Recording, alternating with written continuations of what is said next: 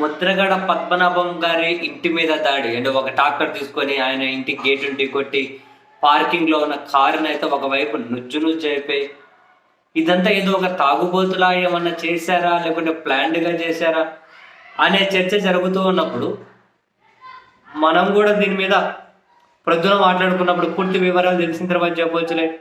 ఏదైనా ఒక పార్టీకు ఈ విధంగా అండగట్టడం కరెక్ట్ కాదు, వివరాలు తెలియని అని చెప్పి అనుకొని దీని లోతుల్లోకి మనం కూడా వెళ్ళలేదు. బట్ తర్వాత ఇప్పుడు ఫుల్ సర్క్యులేట్ అవుతూ ఉన్నది ఆయన పిఠాపురం ఎమ్మెల్యే తాలూకా అని ఆ దాడి చేసిన అతను చాలా క్లియర్ కట్గా దాడి చేసిన తర్వాత ట్రాక్టర్ తీసుకెళ్ళి గోడను గుద్ది ఆ కార్ను గుద్దేసిన తర్వాత మంచిగా ఒక వీడియో తీసి వేరే వాళ్ళు మాట్లాడుతున్నారు, ఆయన వీడియో తీసి వేరే వాళ్ళు తీశారు వీడియో.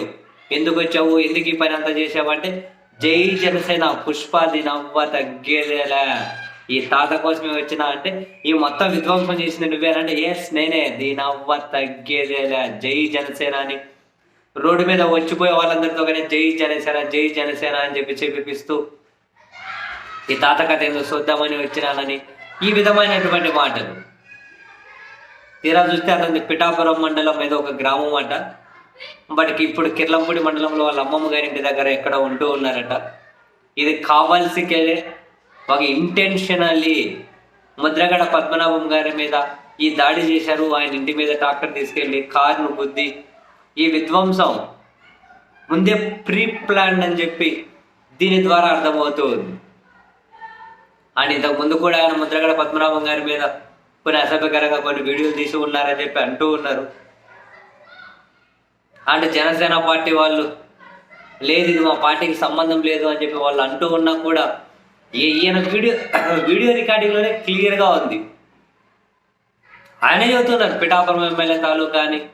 అండ్ ఆయన ఇంతకుముందు జనసేన మంచి జెండాలు వేసుకొని ప్రచారం చేసినవి ఇవన్నీ కనిపిస్తూ ఉన్నాయి. అండ్ ఇంటెన్షనల్గానే దాడి చేశారని చెప్పి అంటూ ఉన్నారు. ఆ తర్వాత ఆ ఊరోళ్ళు చాలా గట్టిగానే తన మీద దాడి చేయండి కొట్టినట్లున్నారు. ఇదంతా మొహం చాలా రక్తం బాగా అట్లా కొట్టడాన్ని మనమైతే సమర్థించాం, కానీ ఎట్టి పరిస్థితుల్లోనూ ఈ నెల ట్రాక్టర్ తీసుకొని వెళ్ళి గోడను గుద్దేసి గేట్ను గుద్దేసి కారును గుద్దేసి ఇటువంటి పని చేయడం ఖచ్చితంగా ఇది ఒక క్రిమినల్ యాక్టివిటీ కిందకు వస్తుంది. అండ్ ఆయన మీద దాడి చేయడానికి కూడా మనం ఏం సమర్థించాం. బట్ చాలా పిచ్చగా కొట్టినట్టున్నారు, చాలా ఎక్కువనే కొట్టినట్టున్నారు ఆ గ్రామస్తులు. ముద్రగడ పద్మనాభం గారు ఆ ఊరు గ్రామస్తులు పట్టుకొని చాలా గట్టిగానే పడిపోయి చేసినట్లయితే ఉన్నారు. అంటే ఈ పార్టీ కార్యకర్తలు అనబడే వాళ్ళు ఈ ధోరణి ఏంటో చూడండి. ఇవన్నీ ప్రమాదకరమైనటువంటి ధోరణులు. ఒకరి మీద దాడి చేయాలనుకోవడం, ఒకరి ఇంటి దగ్గర పోయి విధంగా చేయడం ప్రమాదకరమైన ధోరణి. బేసిక్గా పార్టీలకు అధ్యక్షులుగా ఉన్న వాళ్ళే తంతా తోలు తీస్తా, నీ సంగతి చూస్తా, ఈడ్సకచ్చిదంతా, ఈడ్సకచ్చి కొడతా, రకరకాలు ఇటువంటి పదాలు వాడుతూ ఉంటే పార్టీల అధ్యక్షులుగా ఉన్న వాళ్ళే, కీలకమైన స్థానాల్లో ఉన్న వాళ్ళే ఇంకా కార్యకర్తల సైకోయిజం ఏ విధంగా ఉంటుందో అదిగో ఈ కుర్రోడు దాడి చేయడాన్ని చూసినా, ఆ తర్వాత తీసిన ఒక వీడియో రికార్డింగ్ చూసినా కూడా ఇంకా సైకోయిజం ఏ స్థాయిలో ఉంటుందో ఈజీగానే అర్థమవుతుంది.